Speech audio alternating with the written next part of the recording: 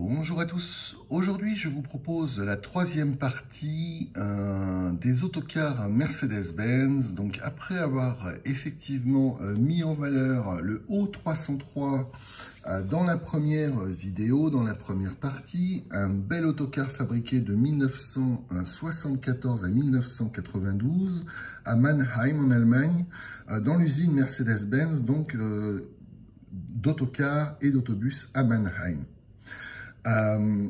Ensuite, en 1992, est sorti le successeur du Mercedes-Benz O303, le Mercedes-Benz O404, le très grand tourisme. Voilà, un autocar donc extrêmement moderne. Un nouveau système de ventilation et de climatisation était proposé dans ce véhicule, avec effectivement une esthétique très réussie, une suspension avant à roues indépendantes, à l'origine d'un excellent confort et d'une sécurité active de très haut niveau, une sécurité optimale assurée par des freins à disque ventilés à l'avant et à l'arrière, donc des vraies nouveautés. Et évidemment, le trempage cataphorèse garantit d'une longévité hors pair, ainsi qu'une gamme de moteurs robustes aux normes de non-pollution de demain.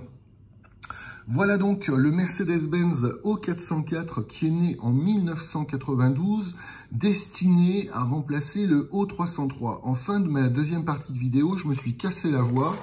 J'ai dû interrompre ma vidéo, ou plutôt l'interrompre de manière prématurée. Voilà donc l'intérieur qui a tous les standards des autocars modernes que l'on connaît encore aujourd'hui. Effectivement, le O404, donc effectivement un autocar de grand tourisme extrêmement moderne pour son année de sortie en 1992. Voilà, il se trouve que le O404 de Mercedes-Benz avait un gros défaut, un énorme défaut, c'est d'être un véhicule extrêmement cher, extrêmement coûteux, simplement parce que fabriqué en Allemagne, parce que il était conçu avec des éléments nouveaux, c'était du jamais vu, c'était un véhicule trop moderne pour son époque, au point que le succès commercial n'a pas du tout été au rendez-vous. Alors, dans ces cas-là, Mercedes-Benz a fait un choix assez normal, on va dire, c'est de proposer un véhicule alternatif au O404 qui s'appellera le O350.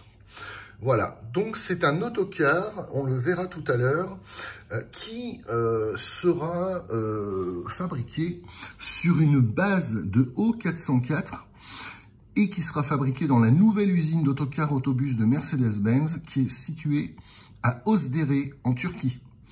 Voilà, donc le choix effectivement de délocaliser la production d'un autocar, ou plutôt de créer un nouvel autocar dans une usine délocalisée, entre guillemets, ou relocalisée dans un autre pays. Donc ça a beaucoup d'avantages. Ça a l'avantage de proposer un véhicule qui est fabriqué moins cher que ses concurrents, donc qui est vendu moins cher que ses concurrents.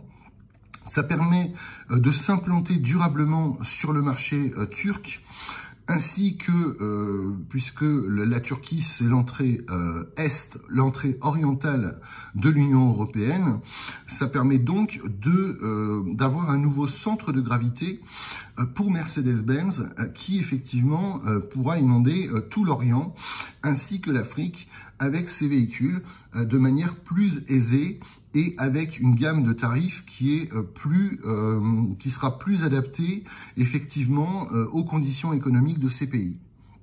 Voilà. Donc, on va quand même bien se rendre compte effectivement de la qualité des véhicules. Alors, pour le O404, donc effectivement une grande modernité.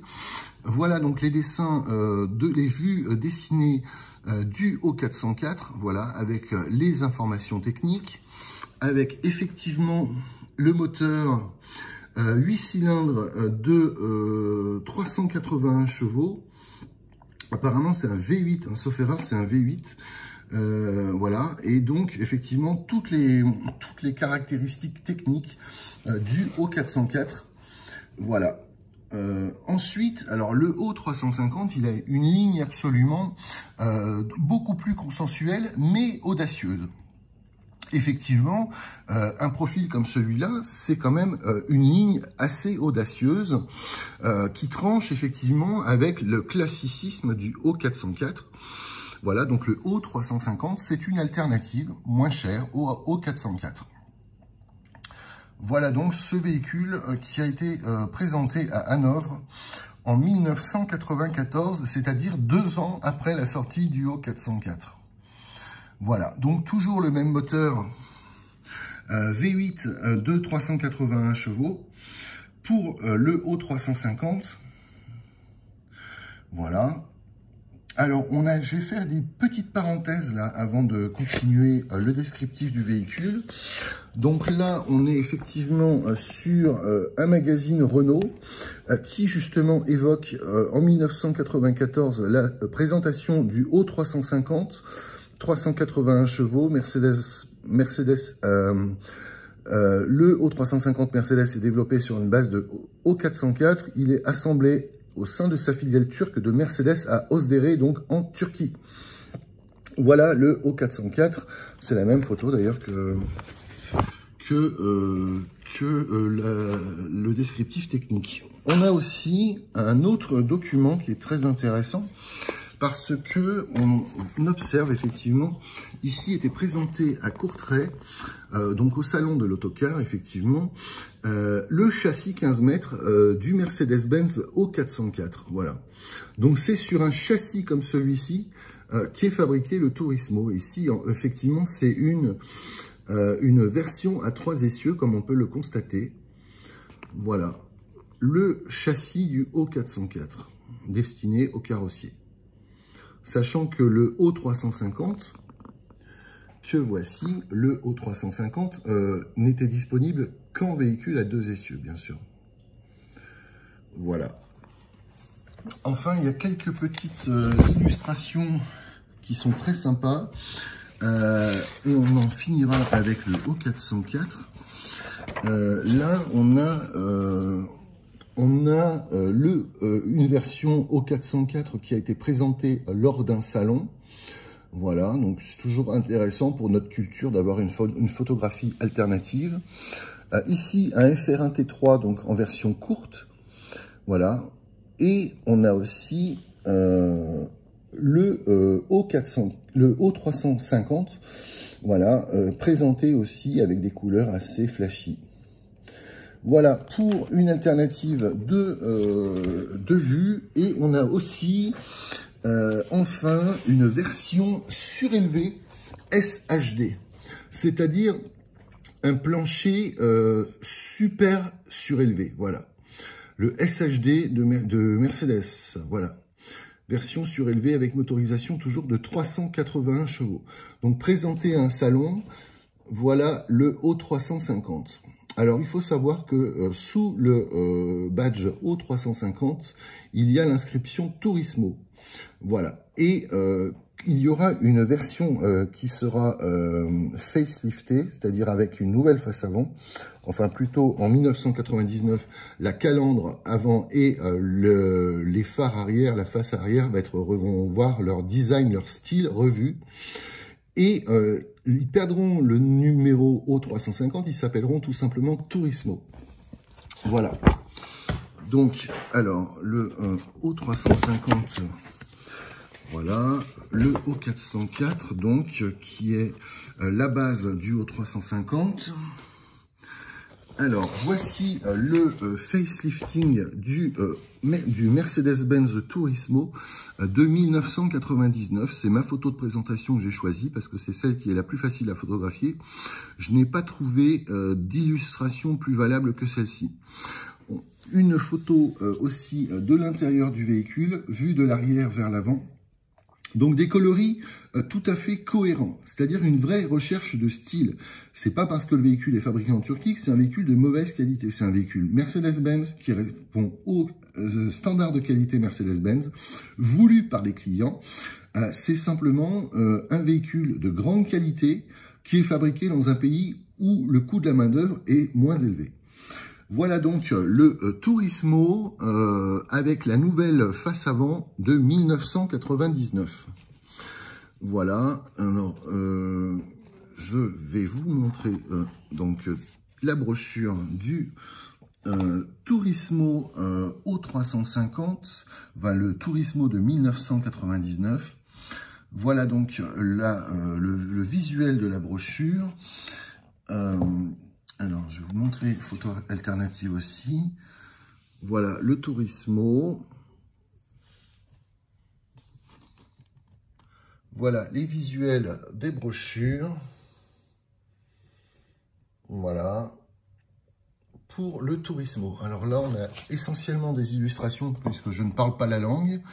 Alors, donc voilà le nouveau design, effectivement, des pare-chocs avant, de la calandre avant. Le nouveau design de la face arrière, donc plus consensuel, mais surtout plus stylé. Voilà, c'est-à-dire que le Turismo a une allure beaucoup plus passe-partout et tout en gardant effectivement son propre style.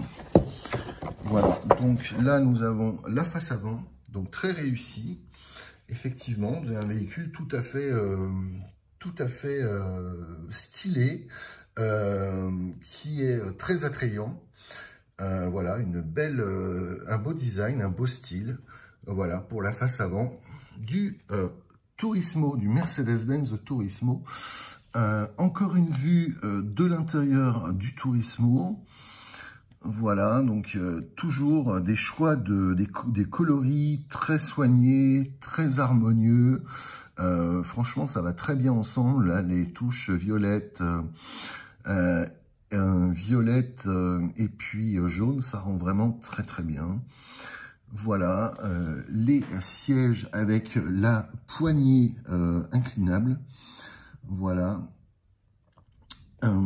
les liseuses individuelles. Voilà le détail. Donc c'est un véhicule qui est tout à fait adapté au grand tourisme. L'ergonomie du poste de conduite, évidemment, n'a pas été oubliée. C'est un point très important.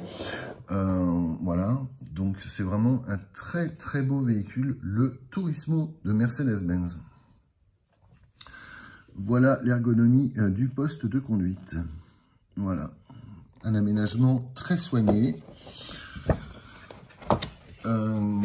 Nous avons, le véhicule était effectivement disponible avec un moteur OM 457 de 381 chevaux.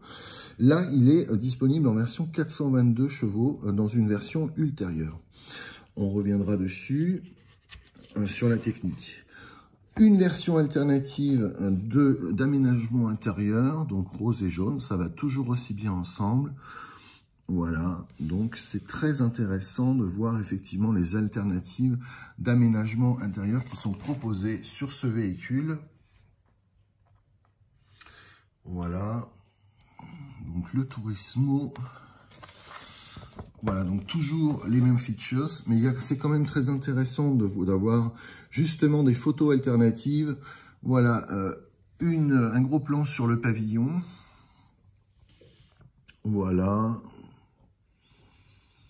Très intéressant, très soigné, très design. Vraiment un véhicule vraiment très bien fabriqué. Voilà la vue de l'enceinte conducteur, du poste de conduite et encore une vue alternative de l'aménagement intérieur sans les figurants et un siège grand confort, inclinable à volonté évidemment. Voilà pour les illustrations de cette brochure sur les sièges, les aménagements intérieurs.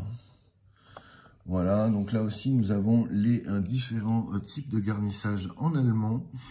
Voilà, donc les fauteuils s'appellent les CXR. Voilà, donc ce sont des fauteuils inclinables, grand tourisme. Voilà, les features du Mercedes-Benz Turismo. L'autocar de Grand Tourisme de Mercedes-Benz. Voilà. Alors ensuite, donc la brochure va nous en apprendre un peu plus, notamment. Donc là, déjà, simplement irrésistible. Voilà le profil du véhicule. Alors apparemment, là, c'est une version très haute, c'est le SHD que l'on voit à gauche. Mais la peinture est très sympa, là, le bleu métallisé avec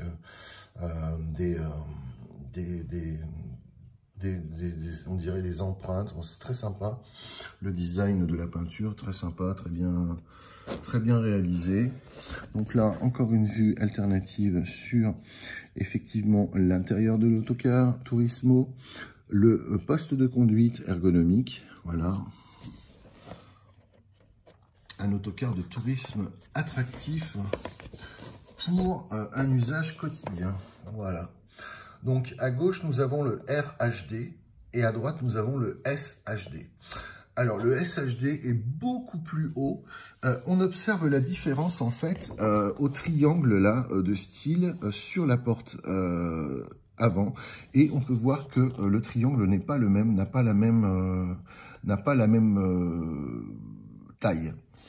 Voilà, donc et on observe aussi effectivement au-dessus du passage de roue, on peut voir effectivement avec le niveau des baies, voilà, on peut vraiment voir que le SHD est nettement plus haut. Voilà, donc la différence entre le RHD à gauche et le SHD à droite. Alors, moi, le SHD, je crains un peu. Alors là, évidemment, ils ont peint en noir, ça cache un peu, ça cache, je dis bien caché, hein. Ça cache un peu parce que c'est vrai que sinon, ça fait une grande tôle proéminente. Là, sur le RHD, ça rend beaucoup mieux. Voilà. En tout cas, une très belle ligne, un très bel autocar, ce Turismo. Voilà. Donc là, nous avons toujours une vue de l'intérieur, donc une alternative au niveau des couleurs. Voilà, des sièges qui sont très confortables. Voilà, avec effectivement un coin pour une petite kitchenette. Voilà, un détail d'aménagement du pavillon, de garnissage du pavillon, les liseuses individuelles et les arrivées d'air. Voilà, les sièges très confortables. Voilà. Donc ce sont des autocars de tourisme, évidemment, équipés d'un cabinet de toilette, hein, bien sûr. Voilà. Donc l'ergonomie au poste de conduite. Voilà, l'enceinte conducteur, le poste de conduite et une vue sur les premiers sièges et le design, effectivement, de la face latérale. Voilà. Alors, donc là, c'est la face arrière du Turismo. Alors, voilà. Donc, concernant les moteurs, le Turismo n'est pas avare de qualité. Son moteur éprouvé symbolise tout le potentiel de performance offert par les nouvelles technologies, longévité, puissance, rentabilité et respect de l'environnement. La magie des 6 cylindres, le travail fourni par le moteur OM 457LA à bord du Turismo est fascinant. Ce fougueux 6 cylindres en ligne offre une puissance de 422 chevaux et un couple impressionnant de 1900 Nm. Voilà, donc il a eu l'occasion de faire ses preuves des milliers de fois. C'est lui qui confère au Turismo le dynamisme nécessaire et qui lui permet de maîtriser sans aucun problème les trajets montagneux ponctués de côtes longues et pénibles. Voilà, donc le moteur fonctionne selon le principe pompe-conduite-injecteur, PLD. Des pompes d'injection uniques injectent le carburant dans chacun des cylindres à une pression d'injection particulièrement élevée. Ce principe offre une meilleure gestion du carburant, à consommation réduite, puissance plus élevée. Ainsi, le moteur génère moins d'émissions polluantes et l'environnement s'en trouve préservé. Le Turismo est bien entendu conforme aux sévères normes Euro 3, donc vraisemblablement... Quand c'était Euro 2 à son lancement, non, c'était même Euro 1 à son lancement, puisque Euro 2 est arrivé en 96. Et le Turismo est sorti en 1994. Donc il est sorti sous Euro 2. Non, sous Euro 1. En 96, il est passé à Euro 2 et à partir de 2001, il est passé à Euro 3 avec 422 chevaux. Ce qui signifie qu'avant Euro 3, le moteur était bien de 381 chevaux comme on l'a vu tout à l'heure. 6 rapports gérés par un poste de commande. Pour être fiable, une chaîne cinématique doit inclure une transmission robuste et précise. Le Turismo est équipé d'une boîte à 6 rapports synchronisés signée Mercedes-Benz. Les rapports échelonnés en fonction de la pratique se passent avec précision et facilité. Disponible en notion sur le Turismo, la commande électronique pneumatique EPS simplifie encore les changements de vitesse et offre un maximum de confort. Une aide très appréciée des chauffeurs.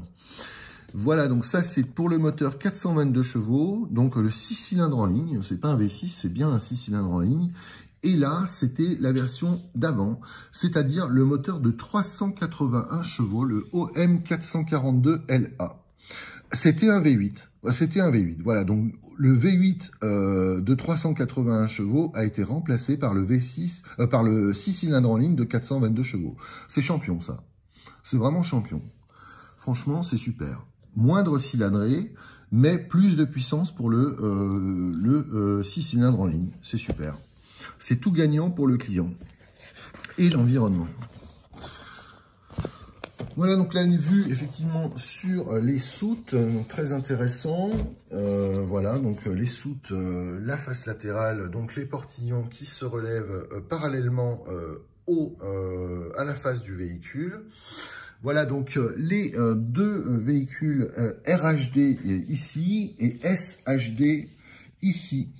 Alors, sachant que la hauteur du véhicule maximale, donc pour le RHD, la hauteur est de 3,65 m et pour le SHD, 3,88 m. Donc ça fait quand même une différence de 24 cm. Alors c'est 24 tout petits centimètres, mais ça fait quand même une sacrée différence. Voilà, sachant que la hauteur maximale d'un véhicule à 2 étages est de 4 mètres. Donc on peut dire que le SHD est très très proche de la hauteur maximale des véhicules à deux étages. Moi, la question que je me pose sur le SHD, c'est quelle est la pertinence d'un tel véhicule? Est-ce qu'on a vraiment besoin d'un véhicule aussi surélevé? Qu'est-ce que ça induit au niveau de la sécurité, au niveau du centre de gravité qui est forcément plus haut, de sa stabilité en conditions météorologiques mauvaises? Tout ça, ça me pose des questions quand même qu'on peut être en droit de se poser. Moi, je préfère le RHD personnellement, mais après, voilà, chacun fait son choix en fonction de ses besoins. Voilà. Moi, le SHD, c'est pas ma culture, mais voilà. Donc, donc là, le SHD offre 0,6 m3 de soute supplémentaire par rapport à la version RHD. Quel intérêt, mais bon. Après, vraiment, c'est chacun fait comme il veut. Donc, voici les caractéristiques principales. La motorisation, effectivement. Voilà, donc c'est toujours le même moteur de 422 chevaux à 6 cylindres en ligne. Voilà, la capacité, donc avec WC et couchette conducteur. Ah oui, il y a aussi deux types de portes latérales, d'accord. Donc voilà, selon qu'on prend un véhicule, que l'on choisisse un véhicule en 3 ou 4 étoiles, on va de 44 à 50 places, voilà. Voilà pour le Turismo. Donc là, c'est toujours des sièges de 3 étoiles, bien sûr.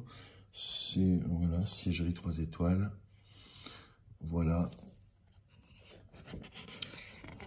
Toujours, ah oui, pour nos amis anglophones, si, voilà, le Turismo en chiffres. Voilà, pour nos amis anglophones. Voilà.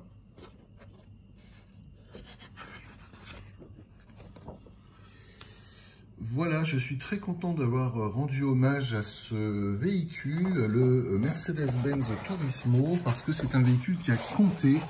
C'est un véhicule qui aura fêté...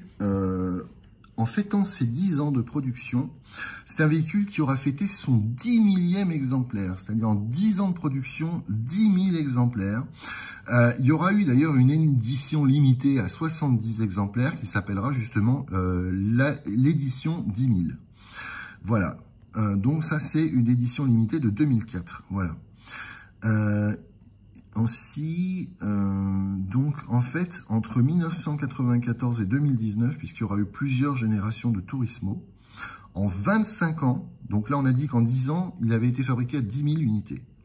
En 25 ans, il a été fabriqué à 30 000 exemplaires, c'est-à-dire qu'il y a eu une production, il y a eu une progression des chiffres de production, donc une progression de la demande des clients pour le Mercedes-Benz Turismo.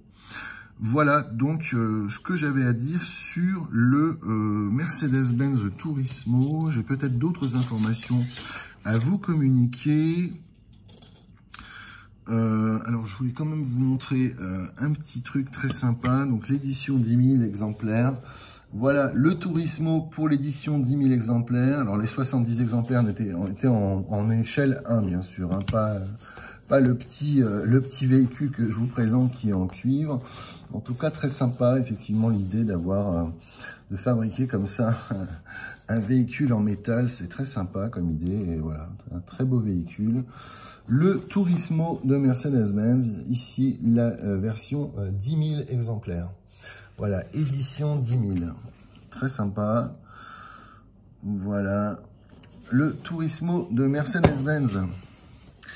Alors, il faut savoir que parallèlement à la gamme de Turismo, Mercedes-Benz présentera en 1999 le Travego. Le Travego, c'est non pas le O350 Turismo, c'est le O580 de Mercedes-Benz. La particularité de ce véhicule, c'est qu'il va utiliser une structure qui va être améliorée.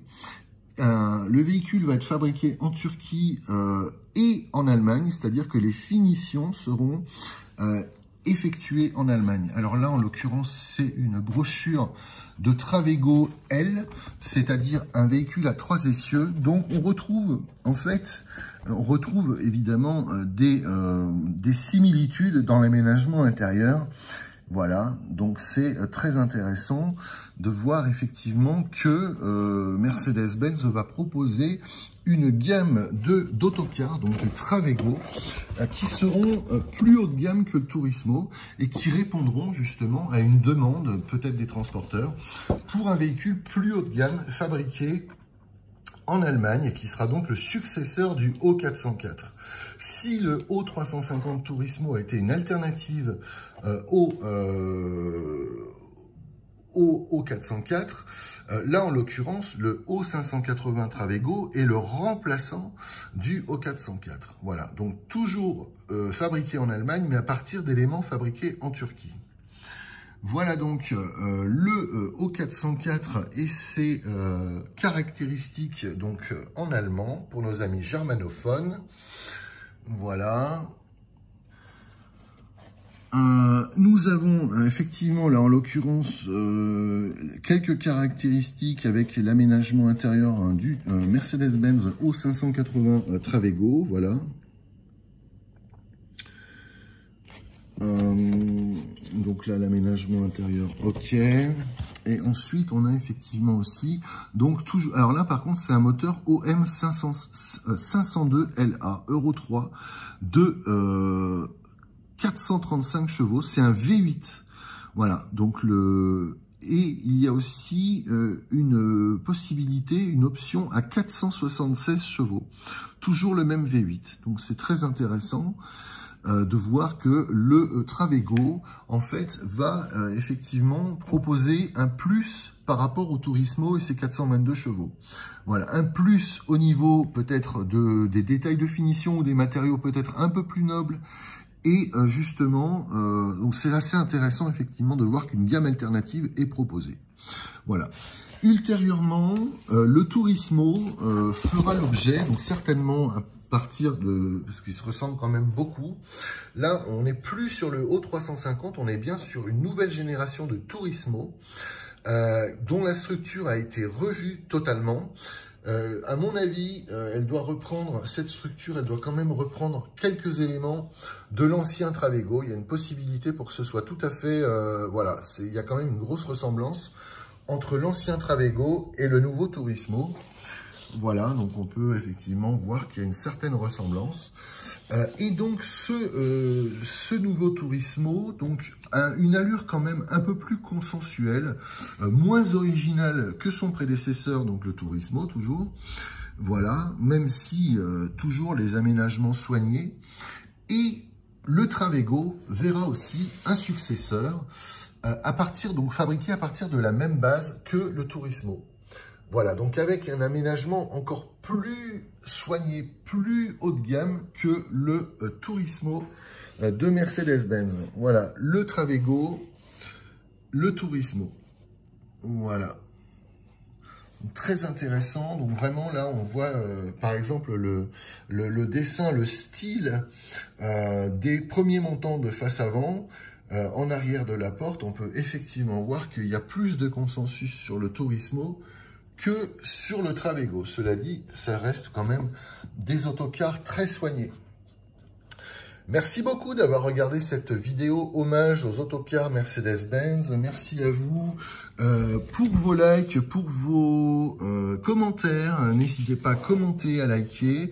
Merci de votre fidélité à ma chaîne. Merci pour vos abonnements et à très bientôt avec grand plaisir pour de nouvelles vidéos. Merci, au revoir.